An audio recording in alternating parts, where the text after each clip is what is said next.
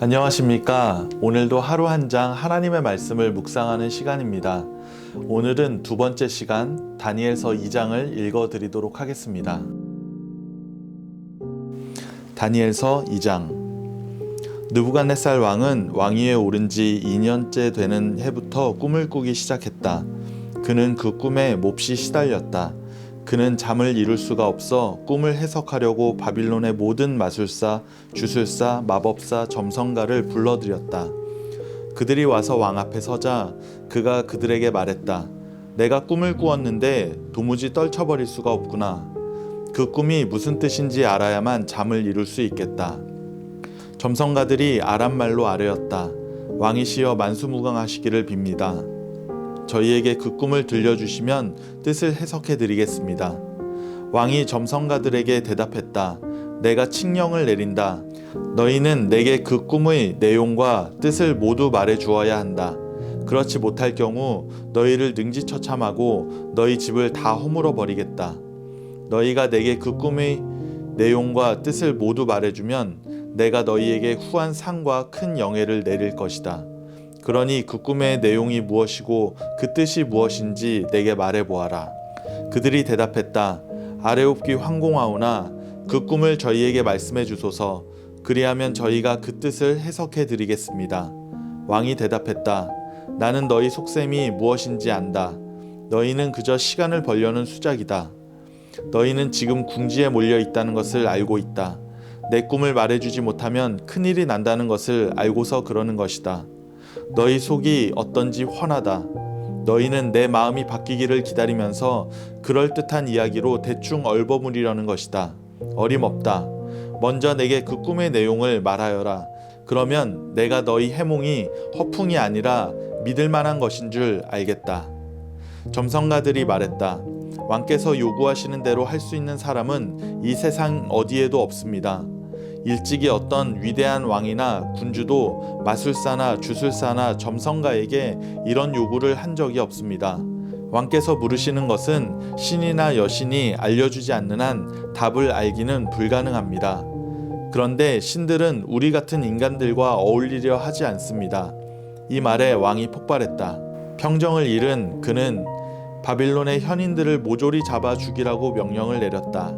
사형 집행 영장이 발부되었고 다니엘과 그의 동료들도 명단에 포함되었다. 그들도 처형 대상이 된 것이다. 왕궁 경비대장 아리옥이 처형 집행 일정을 잡고 있는데 다니엘이 기지를 발휘해 그를 은밀히 만나서 물었다. 아니 느닷없이 이 무슨 일입니까? 아리옥이 자초지종을 말해주자 다니엘은 왕에게 가서 시간을 조금만 주면 자신이 그 꿈을 해석해 드리겠다고 말했다. 그 후에 다니엘이 집으로 돌아가 동료인 하나냐와 미사엘과 아사랴에게 사정을 알렸다. 그는 그들에게 하늘의 하나님이 자비를 베푸셔서 이 비밀을 풀 수 있게 해주시고 그들 네 사람이 바빌론 현인들과 함께 죽지 않게 해주시도록 기도를 부탁했다. 그날 밤 환상 중에 다니엘이 그 비밀에 대한 답을 얻었다. 다니엘이 하늘의 하나님을 찬양하며 고백했다. 하나님의 이름을 영원 무궁토록 찬양하여라. 그분은 모든 것을 아시며 그분이 모든 일을 행하신다. 계절이 바뀌게 하시고 역사를 주관하신다. 왕들을 세우시고 왕들을 패하신다. 총명을 주시고 통찰을 주신다. 심오한 것을 파헤치시고 비밀을 드러내신다. 어둠을 꿰뚫어 보시고 빛을 쏟아내신다. 내 조상의 하나님, 모든 감사와 찬양을 주께 올려드립니다. 주께서 지금까지 저를 지혜롭고 굳세게 해주셨습니다. 또 이제 우리가 청한 것을 보여주셨습니다. 왕이 물은 비밀을 풀어주셨습니다. 다니엘은 사형 집행을 맡은 아리옥에게 돌아가서 말했다. 사형 집행을 중단하십시오. 나를 왕께 데려가 주시면 내가 왕의 꿈을 해석해 드리겠습니다. 아리옥은 한시도 지체하지 않았다. 그는 다니엘을 데리고 왕에게 달려가서 말했다.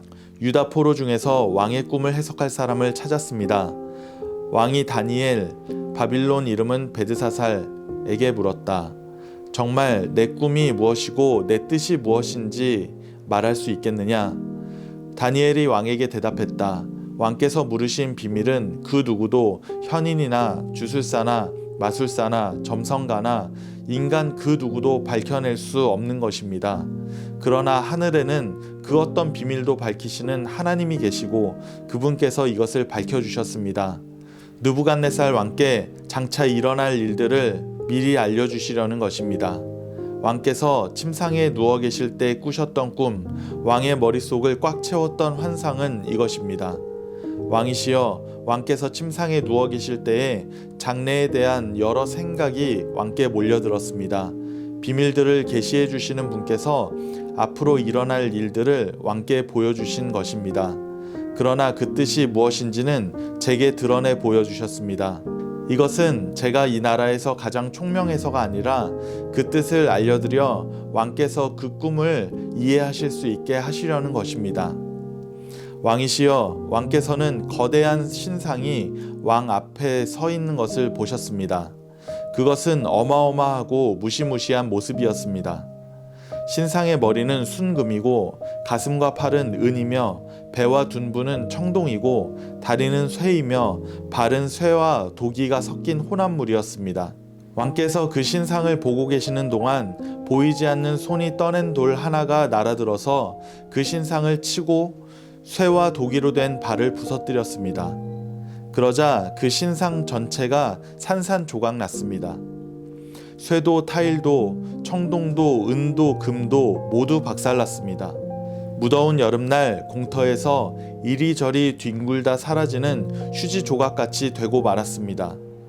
그러나 그 신상을 친 돌은 거대한 산이 되어 땅 위에 우뚝 섰습니다. 이것이 왕께서 꾸신 꿈입니다. 이제 저희가 왕을 위해 그 꿈의 뜻을 해석해 드리겠습니다. 왕이시여, 왕께서는 지상에서 가장 강력한 군주이십니다. 하늘의 하나님께서 왕께 통치권과 권세와 힘과 영광을 주셨습니다. 그분이 온 세상 사람과 짐승과 새를 모두 왕의 손에 맡기셨습니다. 왕께서 바로 우두머리이시며 금으로 된 머리이십니다. 하지만 후에 왕의 나라보다 못한 나라가 일어나서 왕의 통치를 넘겨받을 것입니다. 그 다음에 일어날 세 번째 나라는 청동 나라인데 그 나라가 천하를 지배할 것입니다. 그 후 네 번째로 쇠같이 강한 나라가 일어날 것인데 쇠가 모든 것을 부수고 박살내어 가루로 만들어 버리듯이 그 나라가 앞선 나라들을 모조리 쳐부술 것입니다. 그러나 쇠로 된 다리가 발과 발가락에 이르러서는 도기와 쇠가 섞인 혼합물이 되고 말듯이 그 나라는 결국 쇠가 일부 섞인 잡종 나라로 쇠락하고 말 것입니다. 그 발의 발가락이 일부는 독이고 일부는 쇠이듯이 그 나라는 깨지지 않는 부분과 쉽게 깨지는 부분이 한데 뒤섞여 있는데 쇠와 점토가 서로 결합하지 못하는 것처럼 그 나라도 하나로 결속되지 못할 것입니다. 이 나라들이 나타나고 사라지는 동안 하늘의 하나님께서는 한 나라를 세워 가실 것인데 그 나라는 결코 무너지지 않을 나라요 어떤 나라의 지배도 받지 않을 나라입니다. 그 나라는 마침내 다른 나라와 충돌해 그 나라들을 모조리 쳐부수고 영원히 우뚝 설 것입니다. 그 나라는 보이지 않는 손이 산에서 떠낸 돌, 쇠와 청동과 도기와 은과 금을 다 쳐부순 그 돌과 같을 것입니다. 위대하신 하나님께서 왕께 장차 일어날 일들을 알려주신 것입니다. 그것은 분명 이런 꿈이고 이런 뜻입니다. 다니엘이 말을 마치자 느부갓네살 왕이 경외감에 사로잡혀 다니엘 앞에 엎드렸다. 그는 다니엘을 높이는 희생 제물을 바치고 향을 피울 것을 명령했다. 그가 다니엘에게 말했다. 그대의 하나님은 참으로 모든 신을 뛰어넘는 신이시요 모든 왕 위에 군림하는 군주이시다. 그대가 이 비밀을 밝힌 것을 보니 그분은 그 어떤 비밀도 밝혀내시는 분임이 틀림없다. 왕은 다니엘을 나라의 높은 자리에 앉히고 큰 상을 내렸으며 그를 바빌론 전 지역을 관할하는 통치자와 바빌론의 모든 현인을 거느리는 우두머리로 삼았다. 다니엘의 요청에 따라 왕은 사드락과 메삭과 아벳느고를 바빌론 전역의 관리로 내보내고 다니엘은 왕실 본부를 관할했다. 아멘. 우리 이 시간 하나님의 말씀을 묵상하며 잠잠히 기도하는 시간을 갖도록 하겠습니다.